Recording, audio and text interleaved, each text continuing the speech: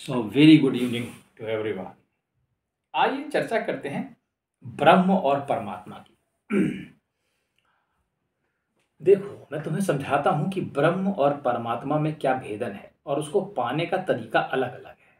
ये एक तरीके से नहीं पाया जा सकता। देखो, जितनी भी कुंडलिनी की प्रक्रिया है जो तुम्हारे शरीर में षट चक्रों से जुड़ी है, जो तुम्हारे सातों चक्र हैं उनको जगाना है, उसके अलावा सहस्त्रार का खुलना है, तीसरी आँख का खुलना है, आगे देखना है, ये जितनी भी प्रक्रिया है उसके बाद तुम्हें किसी प्रकाश में मिल जाना है। इसमें जितना भी आज तक अनुभव किया गया है, शोध किया गया, इस बारे में लोगों ने जो भी बोला, जो भी कहा है, वो ये कहा है कि वो उनको एक प्रकाश दिखा।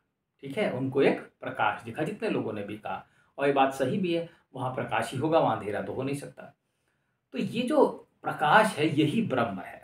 ठीक है, ब्रह्म क्या है, इसको भी एक अच्छी सी विवेचना भगवान कृष्ण ने 12वें अध्याय में की।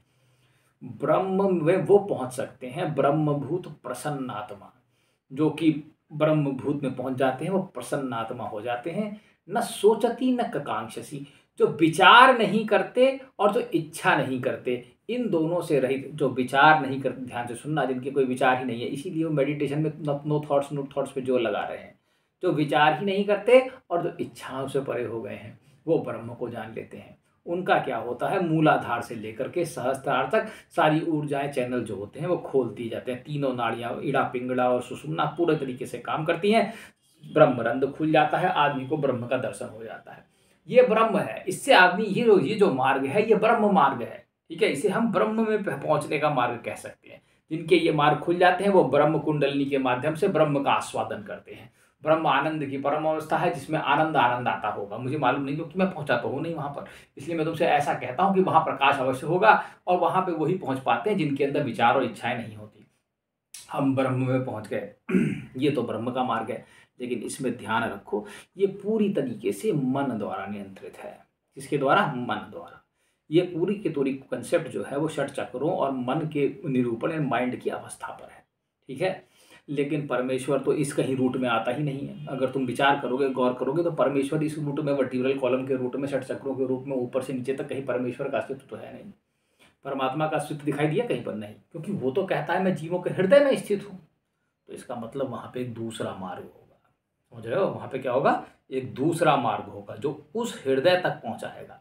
वो कहीं हृदय में बैठा हुआ है, उसको इस मार्ग से मतलब नहीं है, ब्रह्म मार्ग से, वो अलग सेपरेट मार्ग है। तो यहाँ दरवाजे कई होंगे मेरे ख्याल से। एक ब्रह्म है क्या? है। होंगे क्या? हैं।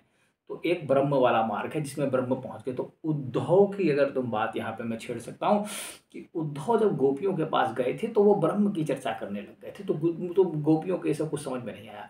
क्यों? क्योंकि वो सब तो हृदय वाली थे, उनके तो प्रेम के भाव थे, वो प्रेम भाव से रहते हैं। आप सुनो मेरी बात। ठीक है, वो क्या है? प्रेम भाव।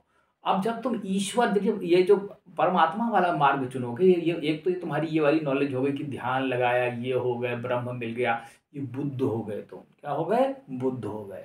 ठीक है, लेकिन ये दूसरा मार्ग भी बनाया हुआ है अंदर ही अंदर। मैं तुमसे कहता हूँ वो हृदय तक पहुँचता है। वो हृदय की नाड़ियाँ हैं, हृदय के रास्ते हैं, जो हृदय के अंदर बैठा हुआ परमेश्वर तक तुम्हें पहुँचाता है। वहाँ भावों की ज़रूरत है। वहाँ सिर्फ इससे काम नहीं चल पाएगा कि किसी ने शक्तिपात कर दिया, ये कर दिया, गुरु जी का आशीर्वाद मिल गया। वो ठीक है, मिल जाएगा, उसमें भी वो भी चाहिए, लेकिन वहाँ पे भी मन की पवित्रता और इस चीज़ के भावों की अहमियत है। वहाँ पर इमोशंस ज़्यादा प्रभावी हैं। ठीक है, तो परमात्मा की जो मार्ग है वहाँ पर भाव चलेंगे, वहाँ प्रेम मार्ग है। ठीक है, उसे भक्ति मार्ग कहा जाता है। ये जो तुम्हारे मार्ग हैं, जो तुम्हारा ये ब्रह्म का मार्ग है, ये कर्म, ध्यान, ठीक है, और ज्ञान का मार्ग है। समझो मेरी बात। और उधर से हट करके जो हृदय का मार्ग है, उसमें ये तीनों तो रहेंगे ही रहेंगे कुछ हद तक, लेकिन सबसे अधिक वहाँ महत्व हो जाएगी भक्ति और प्रेम का। जो दिव्य प्रेम और भक्ति करते हैं, मन मना भव मद भक्तो मद्यादि मानवस्व, जो हर समय परमेश्वर का चिंतन करते हैं अपने मन से, ठीक है, वो उस मार्ग में जाते हैं। तो मार्ग में एक आदमी दोनों मार्गों में भी चल सकता है, वो उसके आगे की अवस्था है। जब ब्रह्म का आस्वादन कोई कर लेगा तो ब्रह्म के आगे फिर परमेश्वर के जो हृदय का मार्ग है वो भी आगे खुलेगा। ये ऐसा भी हो सकता है दोनों मार्ग साइमल्टेनियसली चलते रहें।